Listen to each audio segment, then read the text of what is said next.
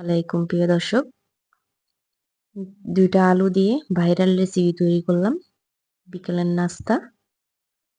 তো প্রথমে আমি এখানে আলু এভাবে কেটে রেখেছি, ধুয়ে পরিষ্কার করে রেখে দিয়েছি।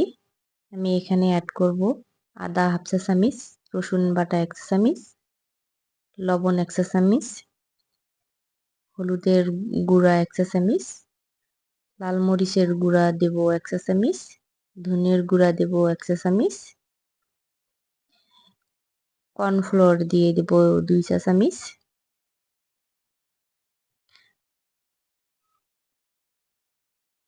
আমি এরপরে পেঁয়াজ কুচি আমি হাফ কাপ পরিমাণ দিয়ে দেব, মরিচ ২ থেকে ৩টা দিয়ে দেব কাঁচামরিচ এবং ধনিয়ার পাতা দিয়ে হাত দিয়ে ভালোভাবে মেখে নেব।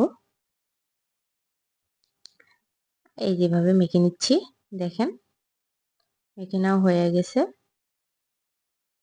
আমি এখন এখানে গরম মশলা উপরে একটু ছড়িয়ে দিলাম,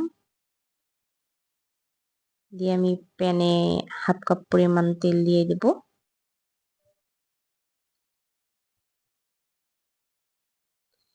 আমি এভাবে শেপ দিয়ে দিচ্ছি, আপনারা চাইলে অন্য ছোট করে শেপ দিয়ে দিতে পারেন। আমি বড় করে শেপ দিয়ে দিচ্ছি এবং তেলগুলো একটু ছড়িয়ে দিচ্ছি, দিয়ে ৫ মিনিটের মতো ঢেকে দেবো চুলা মিডিয়াম ফ্লেমে রেখে। এখন আলুর কাবাবগুলো উল্টিয়ে দেব এক এক করে, আস্তে আস্তে উল্টিয়ে দেব।